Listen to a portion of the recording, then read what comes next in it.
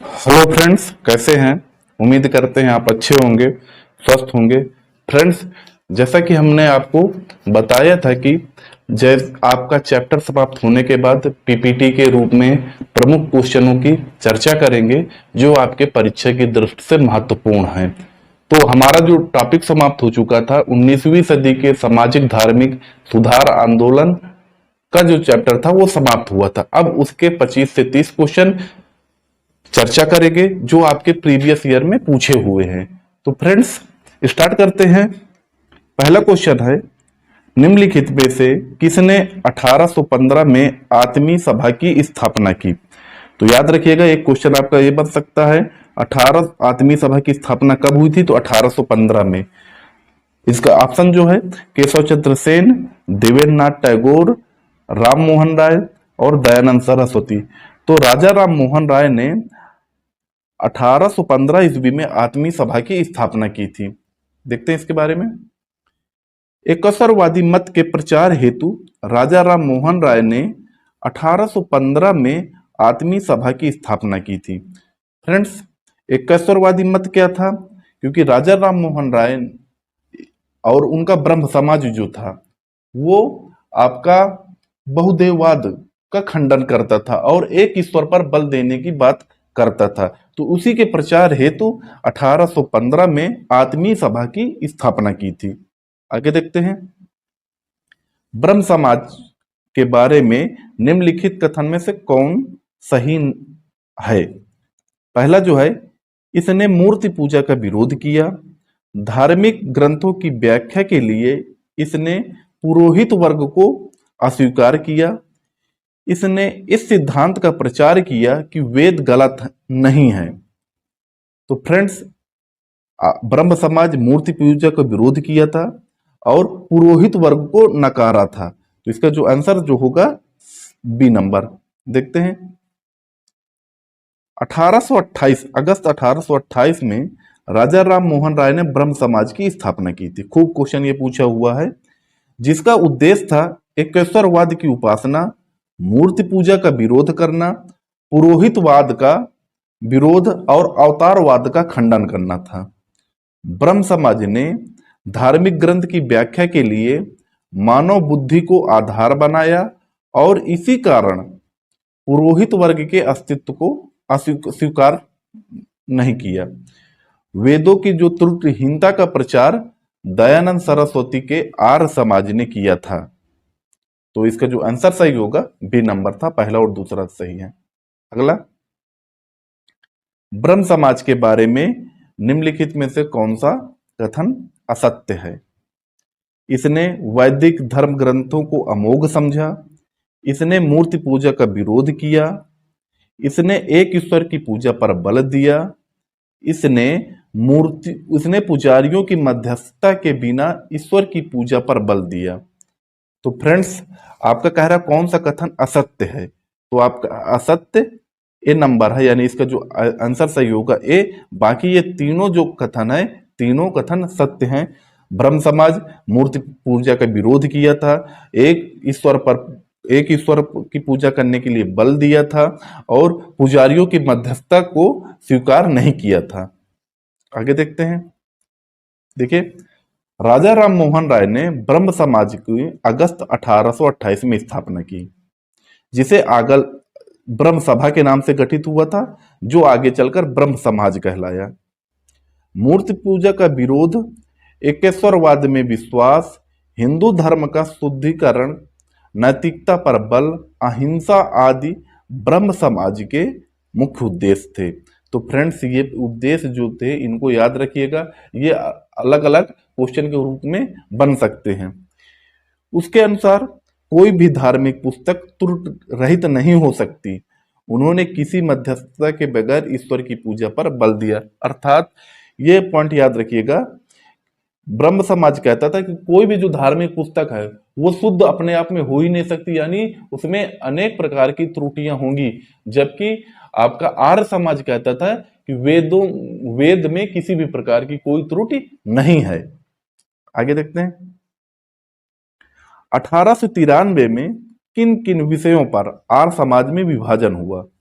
पहला, मांसाहार बनाम शाकाहार, जाति व्यवस्था तथा विधवा पुनर्विवाह, आमंत्रित व्यक्तियों की शुद्धि, आंग्लीकृत बनाम संस्कृत आधारित शिक्षा। तो आपका इसका जो आंसर सही होगा ए, मांसाहार बनाम शाकाहार के उसमें आर्य समाज का 1893 में विभाजन हुआ। देखते इसके 1893 में मांसाहार आर्य समाज में मांसाहार के मुद्दे पर विभाजन हुआ। पंजाब में आर्य समाज मांसाहार बनाम शाकाहार के मुद्दे पर दो पक्षों में विभाजित हुआ था। तो इसका जो आंसर सही होगा आपका मांसाहार बनाम शाकाहार के मुद्दे पर आर्य समाज का विभाजन हुआ था। अगला क्वेश्चन, थियोसॉफिकल सोसाइटी का नेतृत्व किसने किया था? ए.ओ. ह्यूम, एनी बेसेंट, डफरेन, इनमें से कोई नहीं।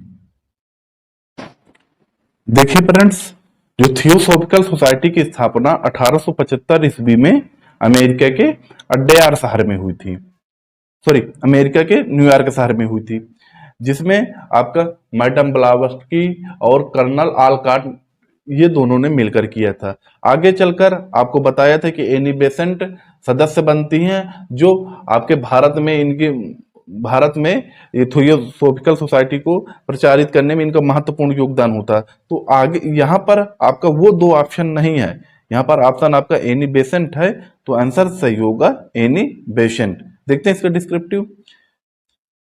थियोसॉफिकल सोसाइटी की स्थापना 1875 में अमेरिका के न्यूयॉर्क शहर में होती है। करते कौन कौन? मैडम ब्लावत्स्की और कर्नल आलकाट करते हैं, आपको बताया था। भारत में 1882 में थियोसॉफिकल सोसाइटी का अड्डेयार जो मद्रास में एक अंतरराष्ट्रीय कार्यालय खोला जाता है। 1889 में एनी बेसेंट इंग्लैंड में सदस्य बनती हैं। थियोसॉफी हिंदू धर्म के आध्यात्मिक दर्शन, उसके धर्म सिद्धांत, आत्मा के पुनर्जन्म सिद्धांत का समर्थन करते हैं। ठीक है ना, यानी थियोसॉफिकल सोसाइटी जो आत्मा के पुनर्जन्म के सिद्धांत को मानती है, हिंदू धर्म के आध्यात्मिक दर्शन को मानता है और हिंदू धर्म के सिद्धांतों को मानते हैं। तो भारत में जो नेतृत्व कौन करता है? आपका एनी बेसेंट। यदि हम स्थापना की बात करेंगे थियोसॉफिकल सोसाइटी की, तो आपका 1875 में अमेरिका के न्यूयॉर्क शहर में स्थापना हुई थी। किसने किया था? मैडम ब्लावत्स्की और कर्नल आलकाट। आपको वीडियो में हमने बताया था पहले। यदि आप वो वीडियो नहीं देखें तो फ्रेंड्स देख जरूर लीजिएगा, क्योंकि बहुत ज्यादा इंपॉर्टेंट हैं। भारत में आपका 1882 में एक अंतरराष्ट्रीय कार्यालय खोला जाता है जो मद्रास के अड्डेयार शहर में होता है। अब 1889 ईस्वी में आपका इंग्लैंड में एनी बेसेंट सदस्य बनती हैं और भारत में इन्होंने थियोसॉफी आपका जो सोसाइटी थी इसको प्रचार प्रसार करने में इनकी महान महती योगदान था, इसलिए इसका नेतृत्व एनी बेसेंट वाला आंसर सही होगा। आगे देखते हैं, निम्नलिखित समाज सुधारकों में से किसने, यहां पर मिसप्रिंट है, किसने महाराष्ट्र में 1866 में विधवा पुनर्विवाह को बढ़ावा देने के लिए एक संस्था की शुरुआत की? ऑप्शन है बाल गंगाधर तिलक, ज्योतिबा फूले, विष्णु शास्त्री पंडित, पंडित रमाबाई। तो इसका जो आंसर होगा विष्णु शास्त्री पंडित ने। देखिए, विष्णु शास्त्री पंडित ने ब्रिटिश सरकार में एक अनुवादक के रूप में थे। इन्होंने विधवा पुनर्विवाह को बढ़ावा देने हेतु 1866 में पुनर्विवाह सोसाइटी की स्थापना की। साथ ही ब्राह्मण कन्या विवाह, विधवा विवाह आदि ग्रंथ लिखे। तो ये ग्रंथ पूछे जा सकते हैं। ब्राह्मण कन्या विवाह किसका ग्रंथ है? आपका पंडित विष्णु शास्त्री का था। और इन्होंने 1866 में पुनर्विवाह सोसाइटी की स्थापना आपके महाराष्ट्र में किया। नेक्स्ट, विधवा पुनर्विवाह के समर्थन में 1878 में निम्नलिखित में से किसने राजमुंदरी सोशल रिफॉर्म एसोसिएशन की स्थापना की? ऑप्शन है विष्णु शास्त्री पंडित, ईश्वरचंद विद्यासागर, पंडिता रमाबाई, विशेषलिंगम पंतुलू। तो इसका ऑप्शन है ऑप्शन डी। देखते हैं 1878 में वीरेश लिंगम पंतुलू द्वारा राजमुंदरी सोशल रिफॉर्म एसोसिएशन की स्थापना की गई, जिसमें विधवा पुनर्विवाह पर जोर दिया गया। वीरेश वीरेशलिंगम पंतुलू को तेलुगु में पुनर्जागरण आंदोलन का पिता कहा जाता है। तो याद रखिएगा, पंतुलू को तेलुगु में पुनर्जागरण आंदोलन का पिता कहा जाता है। नेक्स्ट, यंग बंगाल आंदोलन के प्रवर्तक निम्नलिखित में से कौन था? Henry William Derozio, David Hare, Dwarkanath Tagore, इनमें से कोई नहीं। तो इसका जो आंसर होगा वो होगा हेनरी विलियम डेरोजियो। देखते हैं 19वीं सदी के तृतीय दशक के अंतिम वर्षों में बंगाल के बुद्धिजीवी के मध्य एक रेडिकल ग्रुप संगठित हुआ, जिसके विचार अधिक क्रांतिकारी थे। इस आंदोलन को यंग बंगाल आंदोलन के नाम से जाना जाता है। यंग बंगाल आंदोलन के प्रवर्तक हेनरी विलियम डेरोजियो थे। नेक्स्ट क्वेश्चन, भारतीय ब्रह्म समाज के संस्थापक कौन था? राजा राम मोहन राय, देवेंद्र नाथ टैगोर, केशव चंद्र सेन, ईश्वरचंद विद्यासागर। फ्रेंड्स, बहुत ज्यादा इंपॉर्टेंट क्वेश्चन है। इसका जो आंसर सही होगा वो केशव चंद्र सेन। देखिएगा, देखिए 1828 ईस्वी में राजा राम मोहन राय ने ब्रह्म सभा की स्थापना कोलकाता में की, जिसे बाद में ब्रह्म समाज कहा गया। पहले ब्रह्म सभा था, फिर बाद में ब्रह्म समाज कहलाया गया। ब्रह्म समाज के विचारों को लेकर 1865 ईस्वी में केशव चंद्र सेन व द्वारकानाथ टैगोर के बीच में विवाद होता है, जिसका परिणाम यह होता है कि केशव चंद्र सेन जो मूल ब्रह्म समाज था उससे अलग हो जाते हैं और 1866 ईस्वी में भारतीय ब्रह्म समाज की स्थापना करते हैं। और जो विस्थापित ब्रह्म समाज था वो आज ब्रह्म समाज कहलाया जाने लगा। तो याद रखिएगा, भारतीय ब्रह्म समाज की स्थापना केशव चंद्र सेन ने किया और आदि ब्रह्म समाज जो पुराना वाला था। नेक्स्ट क्वेश्चन, नर बलि प्रथा को समाप्त करने के लिए किसके शासनकाल में कानून बनाया गया? Lord William Bentinck, lord Hardinge और लॉर्ड वेलेजली, लॉर्ड कॉर्नवालिस। इसका जो आंसर होगा लॉर्ड हार्डिंग। देखिए, शिशु हत्या को रोकने के संबंध में 1895 और 1795 और 1802 में कानून बनाए गए, जो बेंटिंग व हार्डिंग ने लागू किया। हार्डिंग ने नरबलि प्रथा को खत्म करने के लिए कानून बनाया और यह कानून गोंड नामक एक आदिम जो जनजाति थी, नरबलि प्रथा उसमें प्रचलित था, जो पूर्ण रूप से प्रतिबंधित किया हार्डिंग के द्वारा। फ्रेंड्स, ये क्वेश्चन बहुत ज्यादा इंपॉर्टेंट है, 2-3 बार आपके स्टेट पीसीएस में पूछा हुआ है ये। अगला क्वेश्चन, भारतीय पुनर्जागरण का प्रथम नेता किसे कहा जाता है? रामकृष्ण परमहंस, दयानंद सरस्वती, राजा राम मोहन राय, रविन्द्रनाथ टैगोर।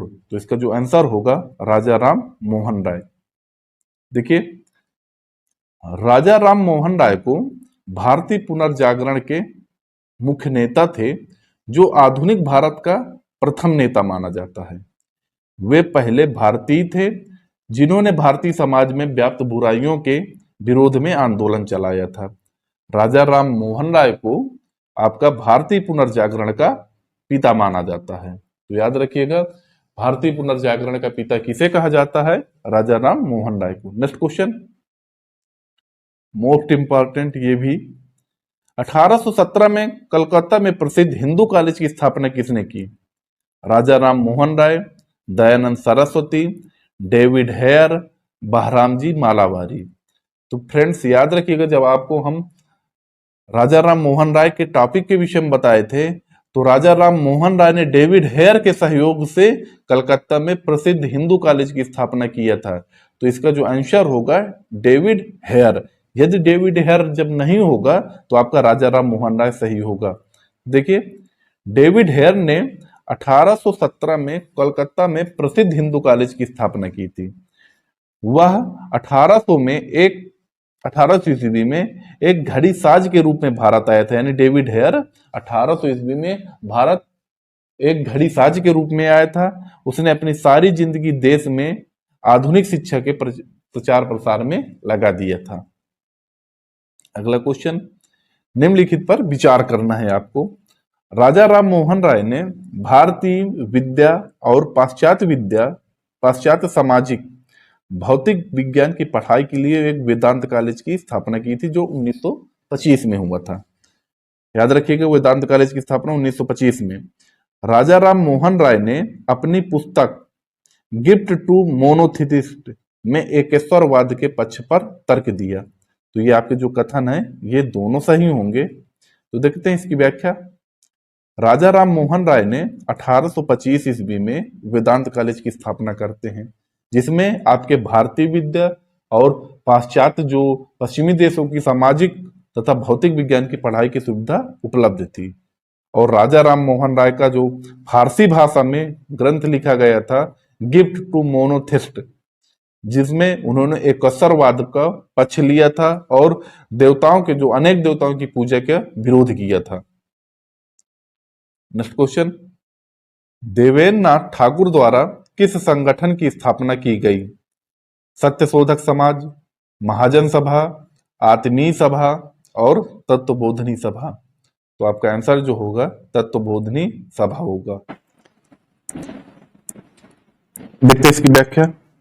राजा राम मोहन राय के विचारों के प्रसार के लिए रविन्द्रनाथ ठाकुर के पिता देवेंद्र नाथ ठाकुर ने 1839 में तत्वबोधनी सभा की स्थापना करते हैं।